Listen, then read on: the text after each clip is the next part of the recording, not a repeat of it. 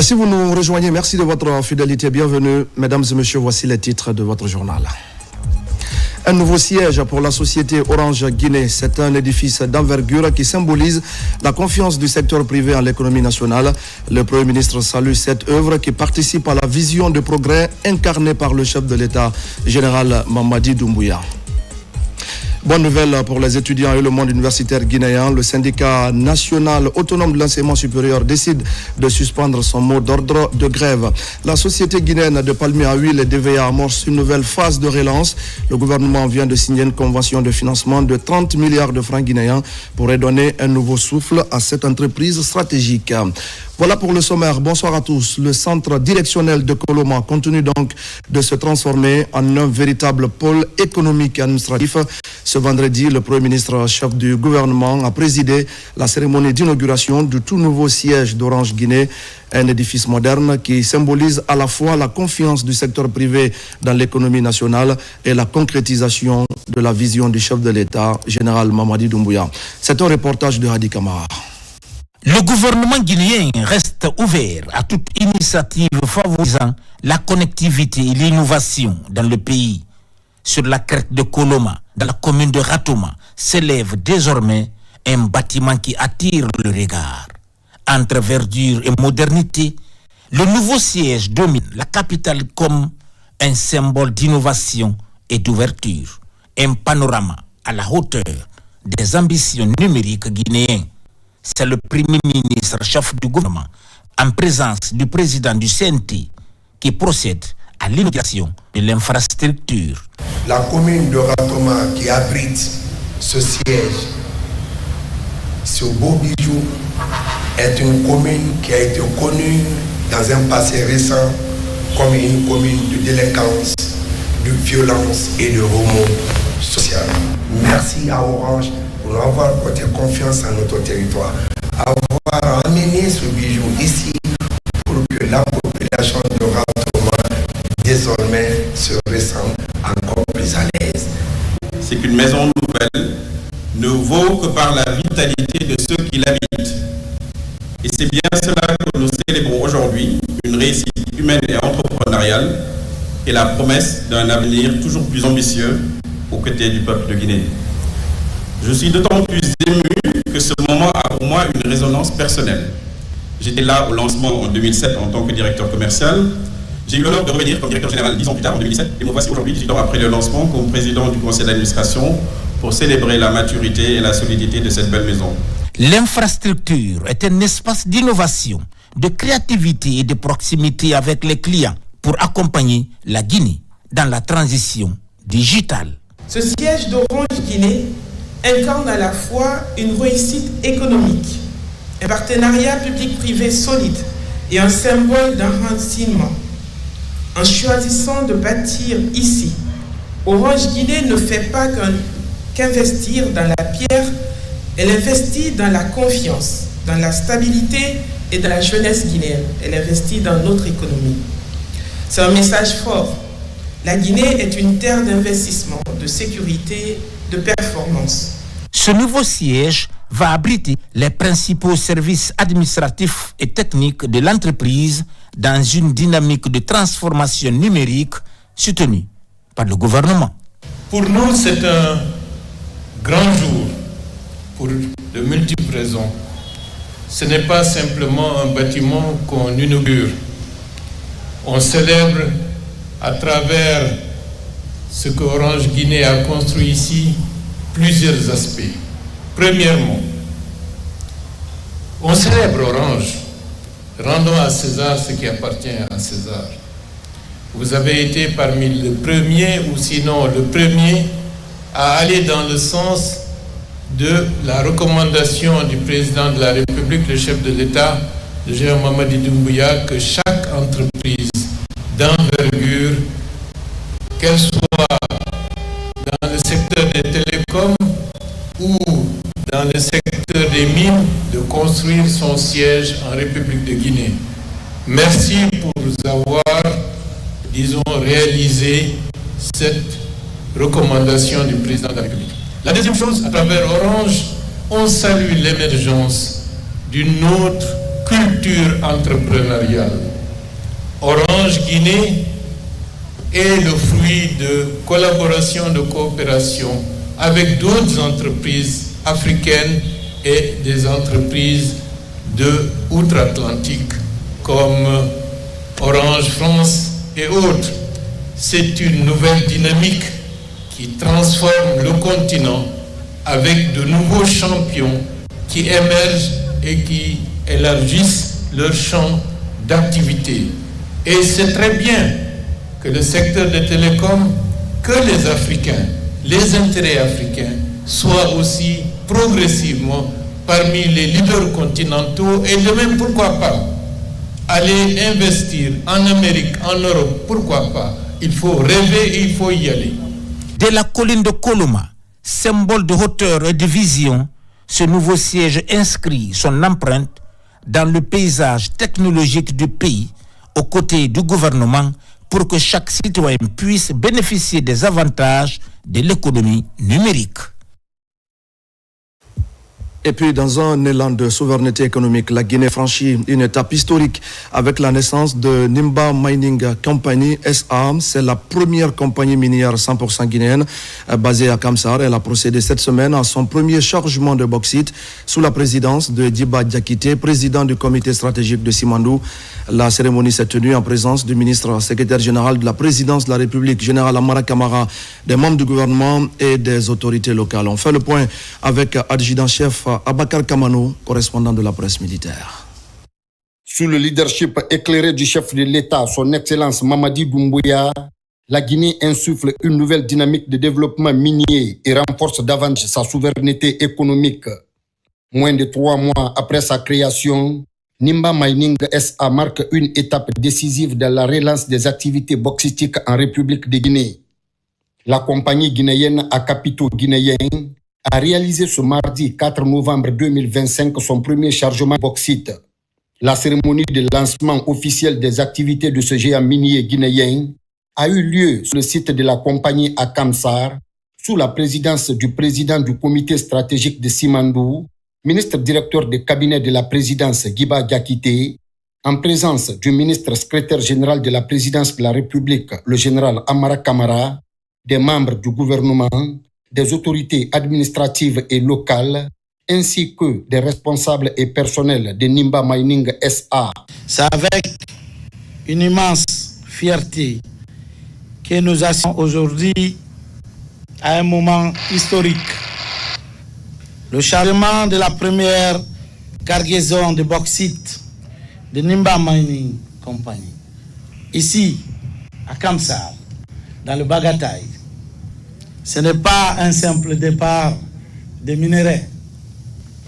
C'est aussi, grâce à une intelligence collective, le symbole concret de la reprise en main de notre destin minier. Le fruit d'une volonté patriotique, claire, incarnée par le chef de l'État. Faire de la Guinée une puissance souveraine, moderne et performante dans la gestion de ses ressources naturelles, pour le bien-être de ses populations. Ce succès de la première société minière détenue 100% par l'État guinéen marque l'entrée de notre nation dans une nouvelle ère de développement minier. Une ère où la Guinée prend en main. Nous rentrons dans une nouvelle ère. Une ère où la Guinée prend en main l'ensemble de la chaîne de valeur, de l'extraction à la transformation, jusqu'à la commercialisation de son minerai. Et ses ressources commercialisées sur les marchés internationaux. Faire l'exploitation par Nimba Mining Company, transformer par Nimba Mining Company, commercialisée sur les marchés internationaux par Nimba Mining Company. Une ère où la bauxite devient le cœur d'un écosystème industriel complet, capable de générer la valeur ajoutée, des emplois qualifiés, des retombées économiques durables. Pour nous, bien évidemment, mais également pour les futures générations. La République de Guinée affirme une nouvelle fois sa capacité de maîtriser son destin économique avec une souveraineté politique assumée. Créée il y a à peine 3 mois, à la suite de la reprise des actifs d'une entreprise qui n'a pas respecté ses engagements conformément au Code minier de la République de Guinée, notamment dans son article 88 et sa convention de base. En un temps record, les équipes de Nimba Mining Company ont accompli ce que beaucoup croyaient impossible. L'impossible n'est plus guinéen dans le domaine minier. Remettre en marche la mine, réhabiliter les installations, mobiliser les femmes, les hommes et relancer l'exploitation à partir d'ici même où nous sommes tenus aujourd'hui. C'est une victoire collective, mais aussi la démonstration éclatante que la Guinée sait faire par elle-même, pour elle-même. Grâce à la détermination du président de la République, son leadership éclairé pour le bien-être de la population. Nimba Mining Company porte une vision à long terme, celle de devenir un acteur de référence du secteur minier guinéen, capable de créer de la valeur au-delà de l'extraction, avec bien évidemment le contenu local comme une priorité non négociable. Cette ambition s'appuie sur 4 branches stratégiques autour desquelles Nimba Mining Company entend bâtir des partenariats industriels de premier plan en République de Guinée. Dans la bauxite, plié de sa production actuelle et levier d'une transformation locale accrue. Dans l'or, à travers Nimba Mining Company Gold, qui prolongera la dynamique de diversification du portefeuille national. La construction de la raffinerie, avec l'objectif de faire émerger une filière d'alumine compétitive et durable. Les services miniers associés destinés à professionnaliser la chaîne de valeur, à renforcer l'expertise nationale dans les domaines techniques et intellectuels. Pour le ministre Guiba Diakité, président du comité stratégique de Simandou, cette réussite s'inscrit dans la vision globale du chef de l'État qui œuvre pour une Guinée souveraine, performante et équitable. Derrière ce premier barrage de 200 000 tonnes de bauxite se dessine une trajectoire ambitieuse.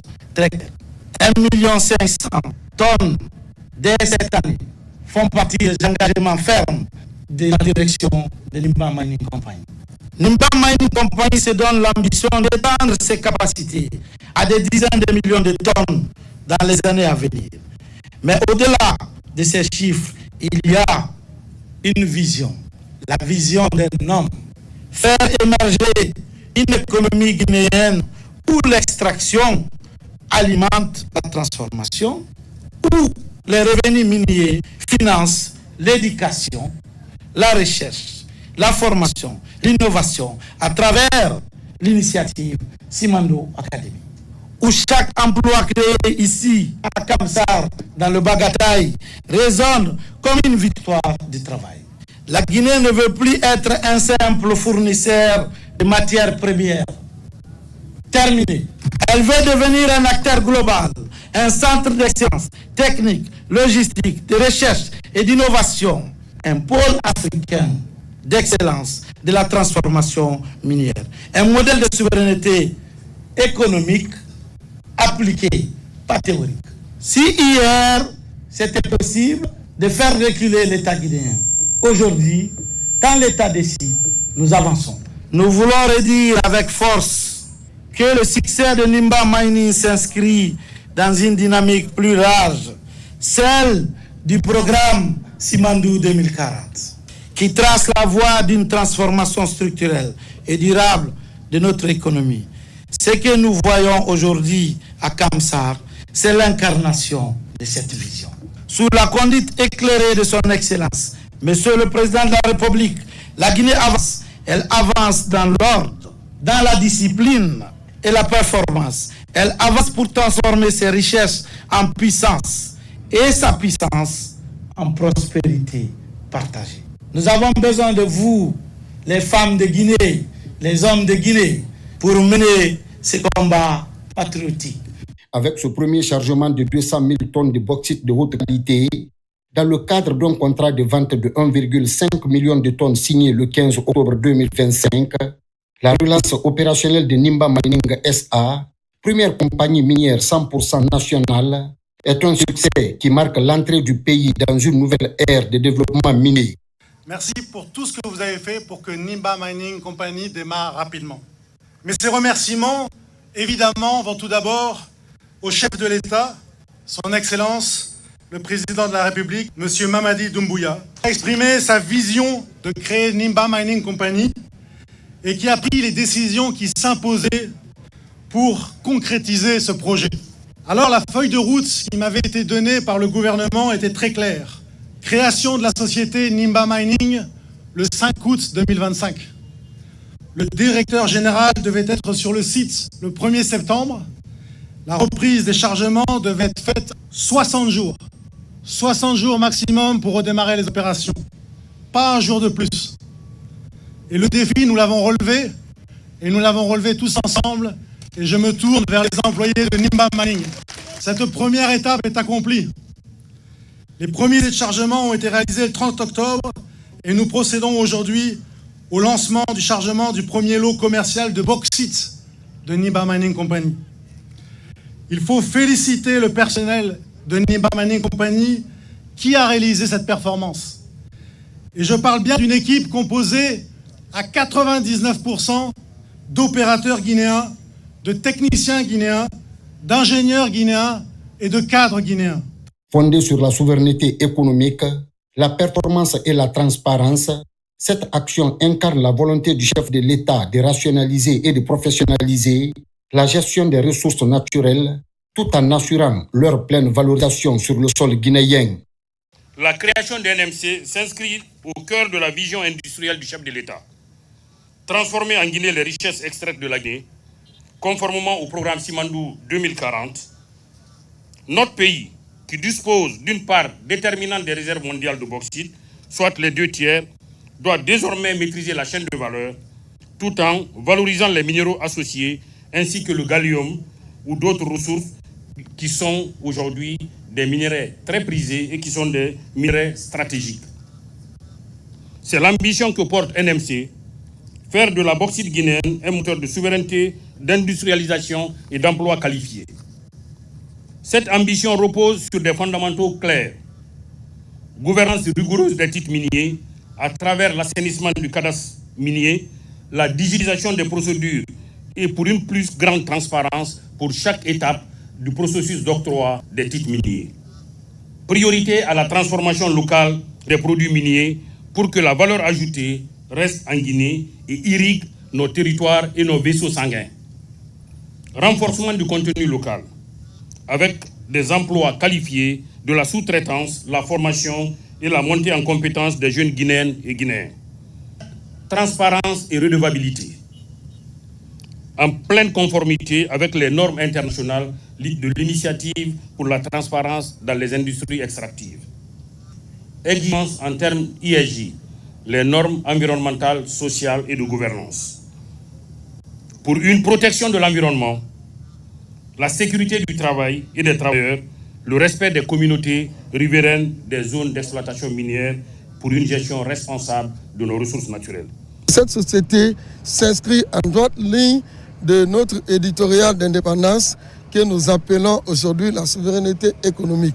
S'inspirer du passé pour construire l'avenir. Et cette souveraineté économique veut dire la Guinée doit être à même de gérer toutes ces ressources minières pour le bénéfice de l'ensemble des Guinéens, pour que les revenus miniers profitent à l'ensemble des Guinéens. C'est dans ce cadre que les énormes projets miniers qui naissent depuis l'avènement du CNRD au pouvoir donnent en priorité l'avantage et le bénéfice pour les Guinéens. Ce premier chargement est lui d'un engagement collectif et exceptionnel qui a permis la reprise effective des exportations depuis les installations portuaires de Kamsar, symbolisant ainsi la montée en puissance d'un opérateur national. Le démarrage en un temps record des opérations de Nimba Mining SA s'inscrit en droite ligne avec la vision du président de la République Mamadi Doumbouya de faire du secteur minier guinéen une référence. Personne ne pouvait imaginer, dans un passé récent, même loin, que la Guinée pouvait créer, avec des capitaux 100% guinéens, une compagnie qui extrait, qui transforme et qui vend ces matières premières. C'est ce que le président Doumbouya vient d'accomplir. NMC, ce n'est pas seulement une compagnie de bauxite, mais c'est la transformation de notre souveraineté en actes concrets. Aujourd'hui, les Guinéens doivent dire que la souveraineté dont ils ont toujours rêvé vient d'être transformée en une réalité. Nous voulons faire des projets que nous appelons des quick wins. Aujourd'hui, nous sommes fiers d'annoncer, c'est l'un des projets phares qui rentre dans le cadre du programme Simandou 2040. Ce projet, c'est un projet existant, mais grâce au leadership, grâce à la ténacité, grâce au suivi de son excellent le président Mamadi Doumbouya, on est là aujourd'hui pour vraiment concrétiser cet espoir. Nous félicitons tous les travailleurs de Nimba Mining Company, parce qu'il faut reconnaître que toutes les personnes qui travaillent dans l'entreprise ont été prises en compte pour continuer cette opération. Dans son plan d'action visant à bâtir un écosystème industriel complet autour de la bauxite, l'État guinéen prend en compte toute la chaîne de valeur, de l'extraction à la transformation et à la commercialisation de ces ressources. Le pays garantit l'emploi et veille au respect des normes environnementales et écologiques. C'est une étape historique, mais également décisive pour notre pays qui lance ce projet avec Nimba Mining Company, Mine and Raffinery, c'est-à-dire avec le volet exploitation minière, mais également transformation industrielle, ce qui veut dire valorisation de chaînes de valeur bauxitiques en Guinée. Aujourd'hui, nous nous réjouissons vraiment que la direction générale de NMC reconnaisse que les emplois au sein de Nimba Mining and Company sont de 99% de Guinéens, des opérateurs guinéens, des techniciens guinéens et des ingénieurs guinéens. Donc ceci est extrêmement important pour nous dans le cadre de la mise en œuvre du contenu local. Il n'est plus à prouver, la Guinée est au cœur de la transformation industrielle de l'alumine, aussi bien que du fer à travers le méga projet Simandou. Donc nous pouvons que saluer le chef de l'État, le président Mamadi Doumbouya, pour ce pan historique encore au cœur de la transformation industrielle guinéenne et au cœur de l'exploitation minière. C'est un grand moment pour l'histoire industrielle de notre pays. Ce lancement se fait conformément aux directives du président de la République, Mamadi Doumbouya, qui a tenu à préserver les emplois des Guinéens. Et il faut souligner également que l'exploitation de la mine se fera en conformité avec les normes ESG les plus strictes, donc sur les questions environnementales, sociales, mais également de gouvernance, donc notamment en ce qui concerne les relations avec les communautés. Détenu par une holding dédiée à l'extraction, à la transformation et à la valorisation des ressources naturelles de la Guinée, Nimba Mining Company SA est une société guinéenne 100% nationale, créée en 2025.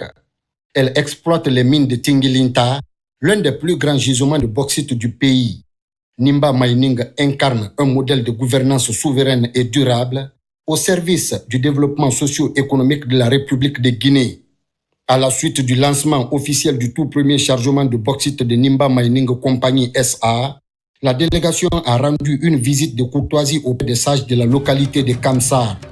Cette rencontre, placée sous le signe du respect et de la reconnaissance, avait pour objectif de transmettre les salutations et les remerciements du président de la République à la communauté de Kamsar pour son accompagnement tout au long du processus de mise en œuvre de ce projet minier. Dans le reste de l'actualité maintenant, tenue ce matin à Conakry, de la première réunion du comité de pilotage du programme cadre d'appui à la diplomatie économique, à l'intelligence stratégique et à la coopération internationale.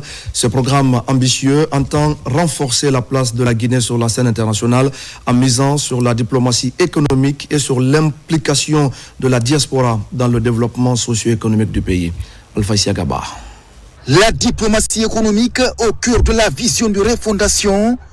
Le ministère des Affaires étrangères s'inscrit pleinement dans cette politique du CNRD, d'où la mise en place du programme cadre d'appui à la diplomatie économique, à l'intelligence stratégique et à la coopération internationale. C'est la tenue de la première réunion du comité de pilotage du PODEC. Il s'agit d'un programme qui vise à faire en sorte de favoriser l'épanouissement de la diplomatie économique guinéenne, d'intégrer la diaspora en termes d'appui au développement socio-économique du pays, de mobiliser des financements pour faciliter le développement des programmes en cours au niveau de la Guinée. Le PRODEIC cherche à identifier tous les grands projets dont disposent les départements sectoriels, à travers d'ailleurs lesquels nous sommes en interaction avec les points focaux, pour leur trouver les possibilités d'investissement sur le plan international. Comme dans les autres pays, la diaspora a désormais s'impliquer dans le développement économique de la Guinée. Le PRODEC vient ainsi en appui pour favoriser cette vision. Comme l'a souligné son Excellence le président Mamadi Doumbouya, président de la République, chef de l'État, la refondation de l'État exige que chaque secteur contribue de manière concrète à la souveraineté, à la stabilité et à la prospérité du pays. La diplomatie n'échappe pas à cette exigence, bien au contraire. Elle est au centre. Elle doit donc désormais être un levier de croissance, un instrument de projection stratégique et un outil d'attraction des partenariats, des investissements et des opportunités. C'est dans ce cadre que la diaspora guinéenne est intégralement arrimée à ce programme. Le programme cadre d'appui à la diplomatie économique, à l'intelligence stratégique et à la coopération internationale devrait permettre de renforcer les capacités des cadres sur les enjeux liés à la mise en œuvre de la diplomatie économique de la Guinée. Et voilà qui nous amène à parler de ce projet de coopération triangulaire dont la 4e édition vient de connaître son épilogue ici même à Conakry, dénommé Link-Up Africa. Le projet est initié par le Maroc, l'Union européenne et plusieurs pays africains. C'est donc un cycle de renforcement des capacités, d'échange d'expérience et d'expertise. L'édition de Conakry a regroupé plusieurs professionnels et structures évoluant dans l'écosystème de l'entrepreneuriat du pays. Abdul Karim Kamara. Par la coopération Sud-Sud, un nouvel horizon se dégage en faveur de l'entrepreneuriat africain. Il s'agit d'un cycle de consolidation d'aptitudes, d'échange d'expérience et d'expertise. Dénommé Link-Up Africa, c'est un projet triangulaire porté par le Maroc, l'Union européenne et plusieurs pays africains. Chez Enabel, nous croyons profondément à la coopération Sud-Sud et au pouvoir du partage d'expertise pour stimuler l'innovation locale et créer de réelles opportunités pour les jeunes et les femmes. Financé par l'Union européenne, le projet Link-Up Africa est mis en œuvre par l'Agence marocaine de coopération internationale et Enabel. À travers la PIP, sa 4e édition est organisée en Guinée et a rassemblé 55 professionnels issus de 35 structures publiques privées de l'écosystème entrepreneurial guinéen. Nous avons des investissements qui sont tournés vers l'essor du secteur privé guinéen, montant nominal consacré au secteur privé entre 50 millions et 100 millions d'euros. Cette mission illustre avec éloquence la vision de Sa Majesté le Roi Mohamed VI, que Dieu l'assiste, pour une coopération sud-sud solidaire, pragmatique et agissante. Elle cadre également avec le projet Simandou 2040. Au cours de cette édition, les masterclass dédiés avec pour objectif transférer un kit d'incubation du projet s'inscrivent pleinement dans la stratégie nationale de développement industriel et de promotion des PME. Vous êtes désormais mieux armés pour encadrer les entrepreneurs, concevoir les programmes plus efficaces et favoriser la collaboration entre les acteurs publics et privés. Je vous encourage à mettre en pratique ces nouvelles connaissances en soutenant les startups, en promouvant l'innovation verte et en aidant les PME à se développer. Au-delà des apports méthodologiques, c'est aussi un espace d'échange d'expertise marocaine et guinéenne qui favorise le dialogue autour des bonnes pratiques, des défis partagés et des approches innovantes en matière d'accompagnement entrepreneurial.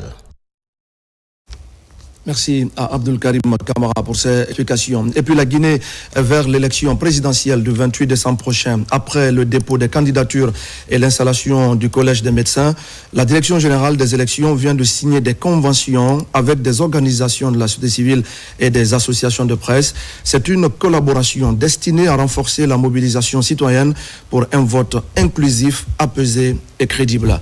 Amadou Touré, Abdul Razak Souma. Pour réussir l'élection présidentielle du 28 décembre 2025, à l'image du référendum constitutionnel, la Direction générale des élections renouvelle sa confiance à ses partenaires de terrain. Ce sont les associations de presse et les organisations de la société civile, deux acteurs majeurs du processus qui contribuent à la mobilisation et la sensibilisation des populations sur leur rôle et responsabilités dans le choix du futur dirigeant du pays. Le processus sera beaucoup plus inclusif parce qu'aujourd'hui, force est de constater que le partenariat s'est élargi. Tout type de médias avait été impliqué, mais cela ne s'était pas étendu à tout le monde. Aujourd'hui, je pense que le processus est beaucoup plus inclusif. Et comme c'est une élection majeure, importante, je pense que la Direction générale des élections a pris la pleine mesure de l'événement et va certainement déployer les moyens qu'il faut pour que le processus réussisse.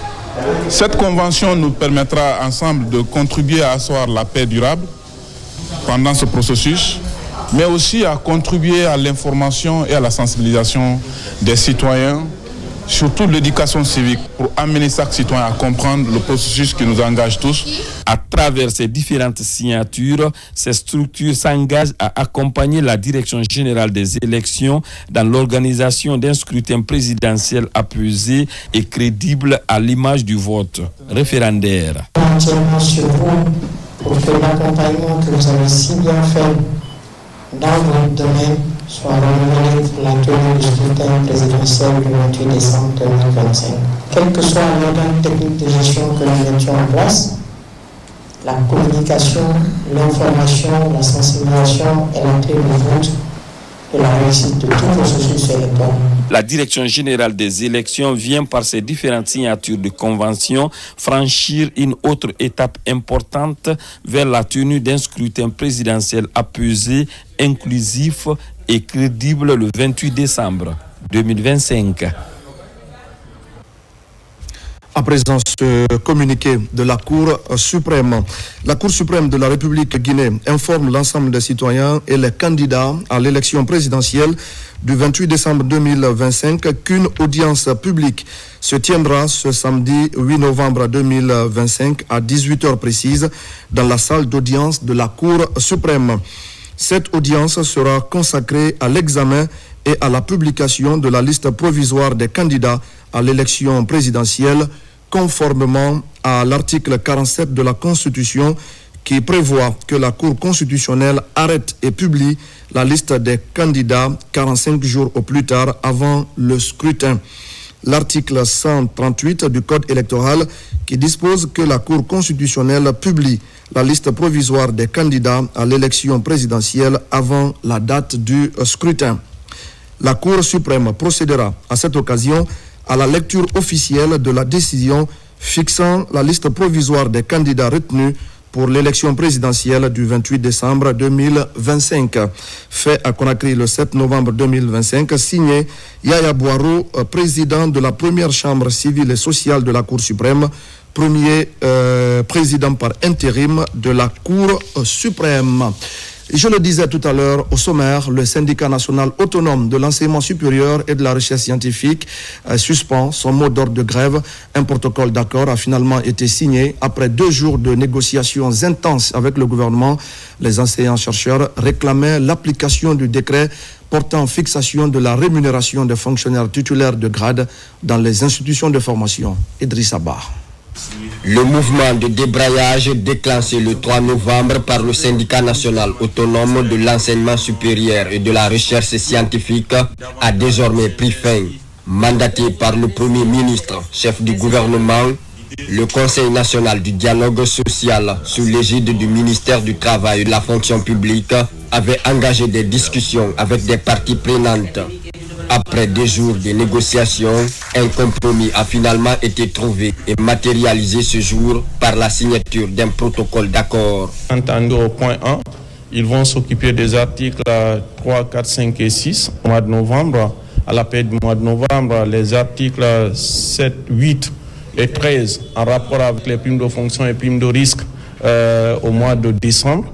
Et au mois de janvier, ils vont rappeler le contenu, la conséquence financière du contenu du point 1. À l'issue des négociations, les facilitateurs et les représentants du gouvernement se félicitent d'être parvenus à ce consensus.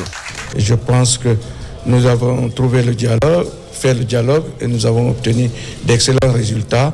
Et dès maintenant, les activités ont repris à l'intérieur de tout le territoire sur le segment qui concerne l'enseignement supérieur et la recherche scientifique. Je voudrais inviter l'ensemble des partenaires sociaux à œuvrer pour la stabilité sociale, la stabilité dans les relations de travail. Je voudrais aussi les inviter à ériger le dialogue social comme mode de gestion et mode de gouvernance des relations de travail. Avec la mise en place du Conseil national du dialogue social CNDS, le gouvernement guinéen place la concertation au cœur de son action afin de prévenir et de gérer de manière responsable les conflits en milieu de travail. Signature de convention de 30 milliards de francs guinéens pour relancer la société guinéenne de palmiers à huile et d'EVA implantée dans la préfecture de Yomou. Un coup de pouce afin d'améliorer la gouvernance et faire face aux engagements à l'égard des partenaires sociaux. Autre enjeu, préserver des milliers d'emplois et qualifier davantage la production de l'huile, du caoutchouc et du savon. Fodé Camara.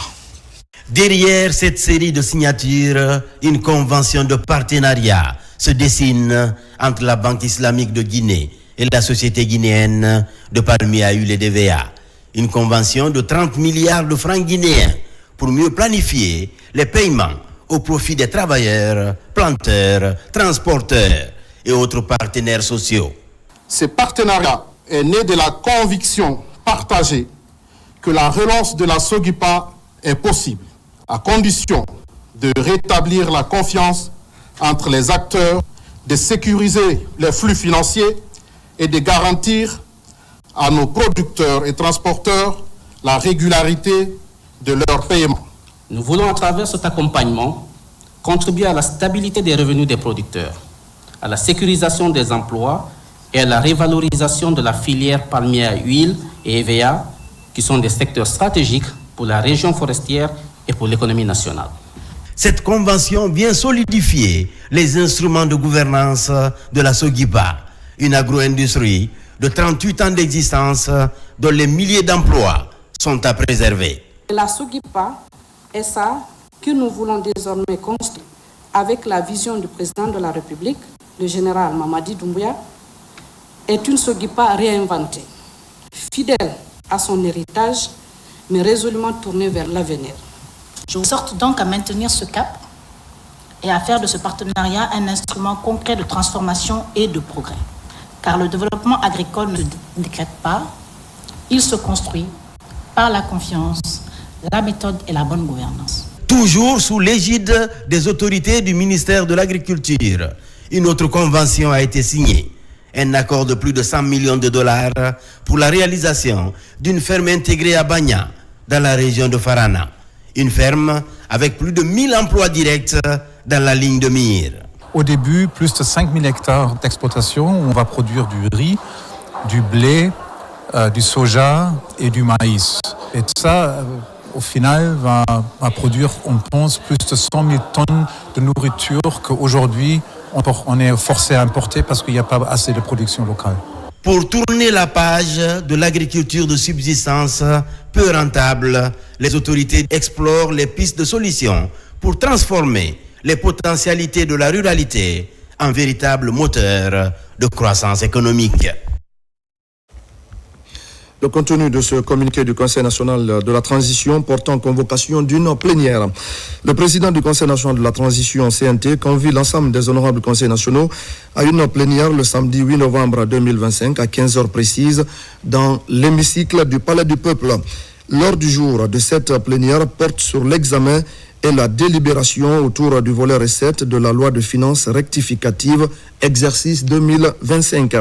Sont invités à prendre part à cette plénière le Premier ministre, chef du gouvernement, les présidents des institutions républicaines, le conseiller du président de la République chargé des relations avec les institutions républicaines, le ministre de la Défense nationale, le ministre du Plan et de la Coopération internationale, le ministre de l'Économie et des Finances, le ministre du Budget, le ministre des Affaires étrangères, de l'intégration africaine et des Guinéens établis à l'étranger, le ministre de l'Information et de la Communication, le ministre de la Pêche et de l'Économie maritime, le gouverneur de la Banque centrale de la République de Guinée, Madame la gouverneure de la ville de Conakry, les chefs des missions diplomatiques, consulaires et organisations internationales accréditées en République de Guinée, les présidents des délégations spéciales des communes de Conakry, le directeur général de l'autorité de régulation des marchés publics, l'administrateur général de l'administration et contrôle des grands projets, le secrétaire exécutif de l'Agence nationale de lutte contre la corruption et de promotion de la bonne gouvernance,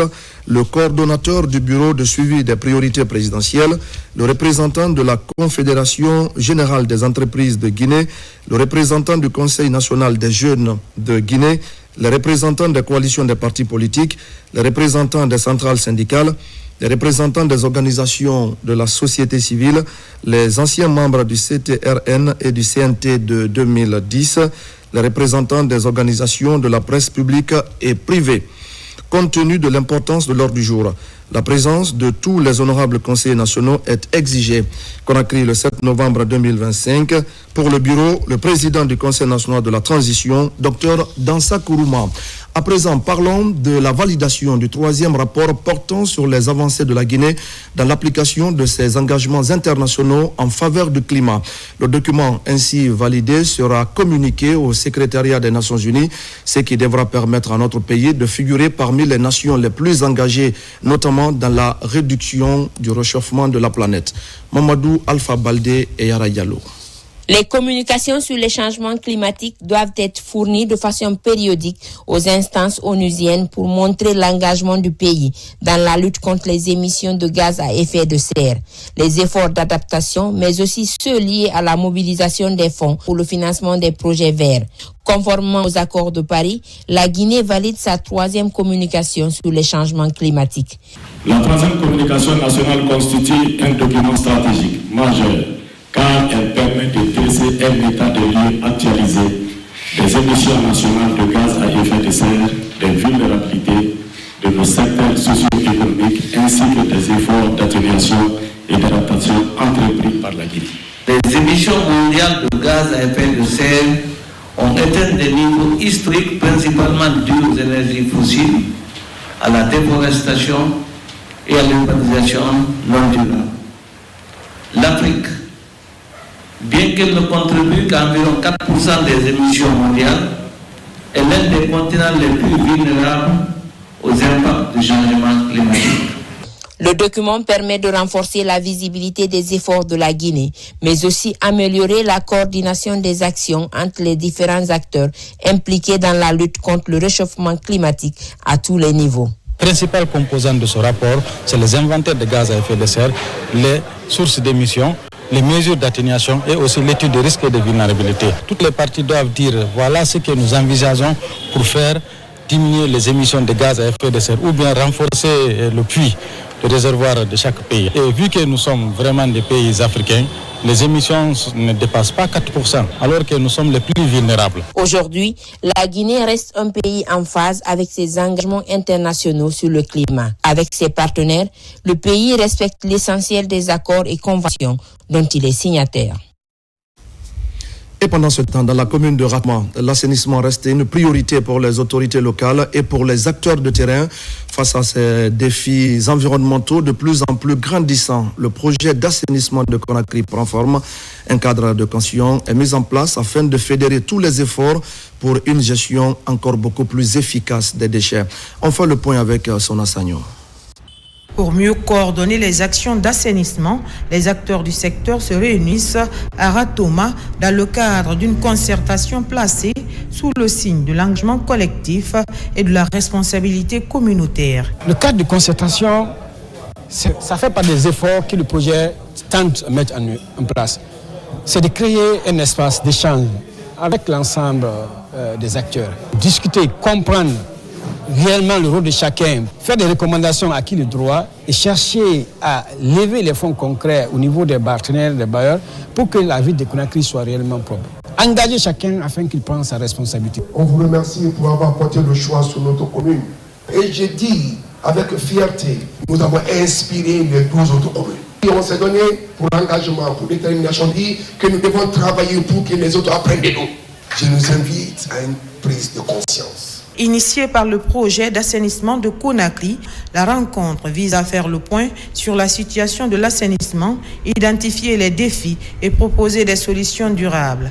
Les participants, venus des collectivités locales et des associations, partagent leur expérience et attentes. Le projet a déjà donné sa part. La ville de Conakry est encombrée d'ordures. Chacun va prendre sa responsabilité. Surtout, j'appelle tout le monde, toute la population, de s'abonner pour que réellement Conakry sorte dans ces calvaires-là. Face aux défis environnementaux croissants, la concertation et la planification collective apparaissent plus que jamais comme des leviers essentiels pour une ville plus propre et plus résiliente. Un mot de santé avec tout d'abord l'Agence nationale de sécurité sanitaire qui vient de franchir un cap majeur dans le renforcement du système de veille et de réponse aux urgences de santé publique. Une nouvelle salle des opérations vient d'être inaugurée à Conakry. C'est un don fait par Africa CDC pour améliorer les capacités de réponse de notre pays face aux épidémies. Marie-Angélique Bangoura, Adama Elsa Traoré.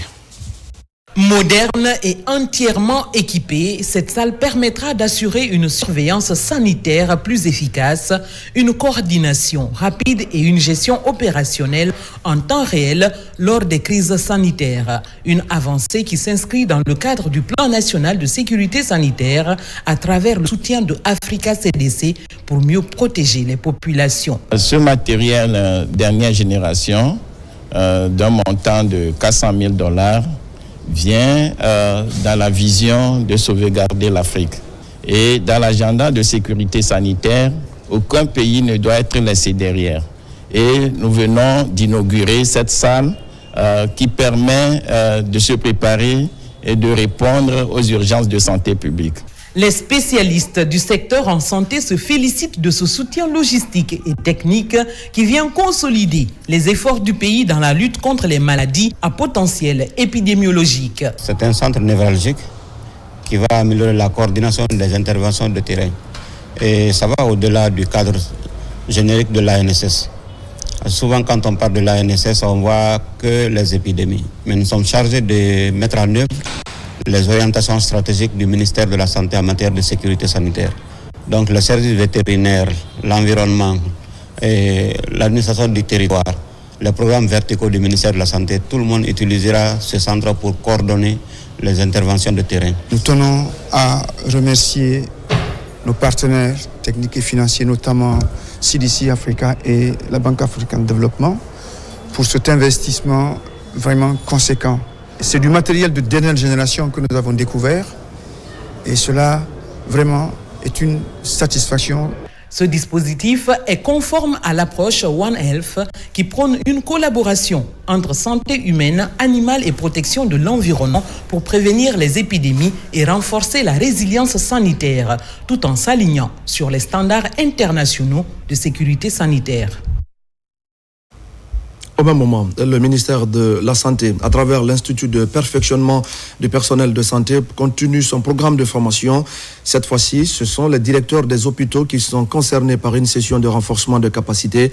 La formation est axée sur la prévention et le contrôle des infections. Adia Toubari. Venus des régions administratives de Mamou et Farana, ces responsables hospitaliers sont à l'école de la prévention et du contrôle des infections niveau intermédiaire, une thématique qui s'inscrit dans la gouvernance hospitalière en vue de réduire les infections associées aux soins. C'est dans ce cadre que l'IPPS a créé parmi ses programmes de formation la formation certifiante en PCI de niveau intermédiaire destinée à doter les cadres hospitaliers des connaissances et aptitudes nécessaires pour appliquer la politique nationale de PCI et intégrer ces principes dans la gestion quotidienne de leurs établissements. Donc je pense que la PCI elle est transversale du bureau jusqu'à l'agent d'entretien. C'est pourquoi la formation continue que l'IPPS a fait ici, sur 875 agents formés, on a stratifié du garçon de salle jusqu'aujourd'hui au directeur d'hôpital. Au nombre de vents, ces responsables hospitaliers vont acquérir de nouvelles connaissances sur les normes et techniques de prévention et de contrôle des infections en milieu hospitalier. La formation que vous allez suivre répond à des enjeux critiques pour notre système de santé.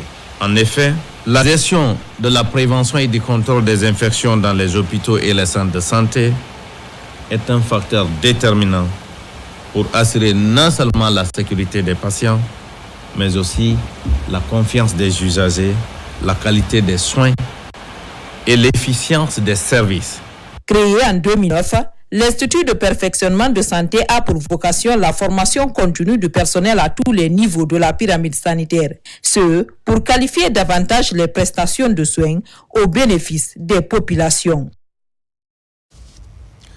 Et puis c'est un colloque international d'envergure qui vient de réunir à Conakry des chercheurs et des enseignants de plusieurs pays d'Afrique de l'Ouest. Ils ont parlé du rôle des oulémas dans la promotion de l'enseignement de la langue arabe et la préservation de l'identité culturelle et civilisationnelle du continent. Des discussions qui visent à renforcer les liens intellectuels et spirituels entre les pays de la sous-région. Marwan Kamara et l'âge Ismaïl Abbé. À l'Université Al-Imar de Guinée, le coup d'envoi de la 3e édition du colloque international scientifique est donné. L'événement réunit des chercheurs et intellectuels du monde islamique autour d'un même objectif: mettre en lumière la contribution des grandes figures intellectuelles de l'Afrique de l'Ouest dans la promotion de l'enseignement de la langue arabe. Le programme est coordonné à Conakry par la chaire de Dissescou de l'Université générale Lansana Conté Symphonia. La plupart de nous aujourd'hui ne sont pas très bien connus. Ceux qui sont connus ne sont pas valorisés en Guinée. Tout ceci devait être bien connu dans les boulevards, dans les rues. Les écoles doivent être dénommées à leur nom. Notre vocation avec la chaire ISESCO, c'est de faire en sorte que ceux qui sont dans le domaine arabe puissent se sentir vraiment des vrais chercheurs. La langue arabe ne soit pas un outil comme certains pensent, mais plutôt qu'elle soit un outil de communication. Durant des jours, étudiants et enseignants-chercheurs venus de plusieurs pays de la sous-région ont échangé sur les défis et perspectives liés à l'enseignement de la langue arabe, mais aussi sur la promotion d'un islam modéré et éclairé en Afrique de l'Ouest. C'est une prise de conscience pour nous aujourd'hui à revaloriser la langue arabe. L'arabe peut être pour nous un outil très important pour renforcer nos liens de coopération avec le monde arabe. Aujourd'hui, si nous nous sommes rencontrés à ce colloque international qui regroupe d'autres pays de la sous-région, c'est pour faire la promotion de cette langue. Or, nous sommes là pour leur féliciter pour cette organisation. Cette initiative s'inscrit dans le cadre du programme de l'Organisation du monde islamique pour l'éducation, les sciences et la culture ISESCO, en partenariat avec la Fondation Hamdan du Maroc. Elle met en avant le rôle historique des savants africains dans la transmission du savoir et souligne l'importance de la langue arabe comme vecteur de culture, d'unité et de dialogue entre les peuples. Au ministère de l'Enseignement supérieur, les femmes occupent désormais une place de choix au sein du département. À la Cité des sciences et de l'innovation se tient la 9e édition du prix d'excellence féminine. Le service genre équité du ministère accompagne ces femmes qui s'illustrent dans des projets d'intérêt public à Mounir Bari. La Cité des sciences et de l'innovation, au lieu du savoir, vit au rythme de la reconnaissance et du mérite. Ici, le talent et la persévérance des femmes du secteur de l'enseignement supérieur et de l'entrepreneuriat sont mis à l'honneur. Derrière ces lauréates se trouve aussi un engagement. une passion et aussi une histoire à raconter et qui mérite d'être célébrée. Être célébré dans son propre pays a eu une toute autre saveur parce qu'en fait, tout a commencé ici. Mes rêves ont commencé ici, mes engagements ont commencé ici et c'est pour ce pays que je me bats. À travers son service genre et équité, le ministère multiplie les initiatives pour renforcer la présence féminine dans les grades académiques et les instances de décision. Un projet de formation de 250 femmes titulaires des doctorats est déjà en marche avec pour ambition de valoriser les compétences et promouvoir l'équité dans le milieu universitaire. Le président Mamadou Mbouya qui est en train de jouer sa partition, il donne la place aux femmes. Le président n'a pas attendu la loi sur la parité pour donner plus de 48% des femmes chefs de cabinet. Les chefs des ressources humaines et financières des départements. Nous avons eu en fait des enseignantes, chercheurs, mais également des étudiantes qui ont bénéficié de plusieurs prix pour en fait les encourager à se mettre sur le chemin de l'excellence pour le bien de notre système d'enseignement supérieur. Pour cette 9e édition, plusieurs femmes se distinguent dans des domaines variés, entrepreneuriat, recherche, coopération et partenariat. Le prix d'excellence féminine a encouragé ces parcours inspirants et a créé une saine émulation au sein d'un secteur clé du développement national. Promotion de l'éducation à la base dans la sous-préfecture de Bangkok, l'association des fils ressortissants vient d'offrir un lot important de fournitures scolaires aux élèves de l'école primaire du centre. Autres actions fortes, c'est la reconstruction de la dite école pour promouvoir l'excellence dans la localité. Sur place, on fait le point avec Ibrahim Oulem Fofana et Silati Kourouma. Ici, à Bangkok Centre, c'est un fils ressortissant vient au secours des élèves de cette école primaire. Une assistance humanitaire composée essentiellement d'importantes quantités de fournitures scolaires à l'effigie du président de la République. Un geste qui vient ainsi soutenir l'éducation des enfants de cette localité. Mais il réconforte aussi les parents d'élèves en ce début de l'année scolaire. Si M. Moussa Nabé emboîte le pas à l'association AM qui est venue pour la première fois doter 2 de mes écoles en fournitures scolaires, ça ne peut que me réjouir. Je suis très content de ce don. Nous vous remercions de nous avoir donné ce cahier. J'espère que nous allons bien travailler avec ce cahier. Nous remercions les donateurs. Construite depuis 1921, cette école a été le premier temple du savoir de cette localité. Compte tenu de son état de vétusté très poussé, aujourd'hui, l'établissement scolaire bénéficie d'une reconstruction. Les travaux sont à ce jour estimés à près de 95% d'exécution. De quoi se réjouir l'association des fils ressortissants de Bangkok. Je lance un appel à tout un chacun, le peu que les âmes peuvent mobiliser, non seulement pour achever l'école, la toute première école, au niveau de la contrée, mais aussi l'école aussi a besoin d'une clôture. Sans l'éducation, il n'y a pas de réussite. Donc, nous avons jugé de nous investir dans ce sens pour préparer l'avenir de notre localité. Parce que qui dit l'avenir parle des enfants. Qui parle des enfants parle de l'instruction. Ces efforts consentis par les fils ressortissants cadrent parfaitement avec la vision du premier magistrat du pays, celle de faire de l'éducation et de la formation des fils et filles de la Guinée une des priorités de son programme de développement. Dans les zones d'intervention de la société Sycamore Mine Guinée, des fournitures scolaires sont également mises à la disposition des élèves en respectant sa responsabilité sociétale à Kinyero dans la préfecture de Kouroussa. L'entreprise encourage l'éducation sur le plan local pour assister les ménages impactés. Yamo Kaba. À Kinyero, dans la préfecture de Kouroussa, la société Sycamore Mine Guinée renouvelle son attachement aux élèves des localités impactées par son projet minier. Au total, plus de 1000 kits scolaires sont offerts pour soutenir les parents et l'éducation à la base. Le geste va renforcer la cohabitation pacifique dans le registre du respect du contenu local. Ce geste vise à soutenir leur éducation et leur formation pour un avenir meilleur, tout en contribuant à l'allègement des charges scolaires des parents. Pour l'année scolaire 2025-2026, le nombre total d'élèves bénéficiaires s'élève à 1130,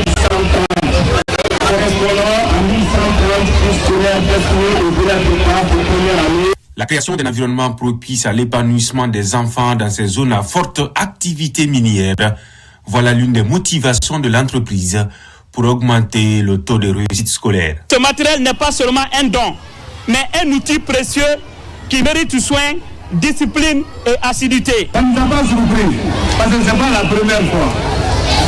Donc, tout ce que je demande à la population, c'est de prendre la cette société-là à bras le corps. Pensez de cette société-là vers le bonheur de Kouroussa et de la Guinée. Cette initiative s'inscrit dans la politique de responsabilité sociétale de l'entreprise qui entend faire de l'éducation un levier durable de développement pour les communautés riveraines. En apportant son appui à l'éducation des tout-petits, Sycamore Guinée soutient le développement minier et le capital humain pour l'émergence de Kouroussa en général et de la commune rurale de Kignero en particulier. Avant de vous quitter, mesdames et messieurs, voici le contenu de ce communiqué conjoint relatif à la mise en œuvre de l'exigence de visa d'importation délivré par le BGDA pour le dédouanement des marchandises assujetties à la rémunération pour copie privée. Conformément aux dispositions des articles 24 à 32 du décret D 2022-0305 PRG CNRD SGG fixant les modalités d'application de la loi L 2019-0028 AN du 7 juin 2019 portant protection de la propriété littéraire et artistique en République de Guinée et en application du protocole d'accord du 22 septembre 2022 entre le BGDA et la Direction générale des douanes, il est porté à la connaissance des opérateurs économiques, importateurs et transitaires ce qui suit. À compter du 13 novembre 2025, la présentation du visa d'importation délivré par la Direction générale du BGDA devient obligatoire pour le dédouanement des marchandises suivantes. Les supports d'enregistrement vierge, CD, DVD, clé USB, disque dur, etc. Les appareils servant à la reprographie, imprimante, photocopieuse, scanner, etc. Tout autre équipement ou support assujetti à la rémunération pour copie privée. À l'attention des services douaniers. Conformément à l'article 4 du protocole d'accord, aucun dédouanement ne sera autorisé sans présentation du visa d'importation délivré par le BGDA pour les équipements ou supports assujettis. Modalité de délivrance du visa d'importation. 1. Demande adressée au BGDA par l'importateur accompagnée d'une description détaillée des marchandises, le connaissement. 2. Frais de dossier fixés à 200 000 francs guinéens à régler au BGDA par virement, chèque ou paiement marchand, conformément aux dispositions de l'article 26 du décret D 2022-0305 PRG CNRD SGG fixant les modalités d'application de la loi L 2019-0028 AN du 7 juin 2019 portant protection de la propriété littéraire et artistique en République de Guinée. 3. Le BGDA dispose d'un délai de 48 heures ouvrable pour délivrer le visa contre récépissé. Les deux institutions s'engagent à assurer une mise en œuvre rigoureuse et transparente de cette mesure dans le but de garantir les droits des créateurs et de renforcer le secteur culturel guinéen. Pour toute information complémentaire, veuillez contacter le service de visa d'importation de la Direction générale du BGDA au 620 89 77 38. Fait à Conakry le 6 novembre 2025, le directeur général des douanes, colonel Cheikh Gadiri Kondé, le directeur général du BGDA, M. Moussa Fofana. Et voilà, mesdames et messieurs, c'est la fin de ce journal. Merci à tous de l'avoir suivi. Je vous retrouve là pour d'autres actualités de la Guinée, notre paradis, terre de richesse et d'innovation. Bonsoir à tous.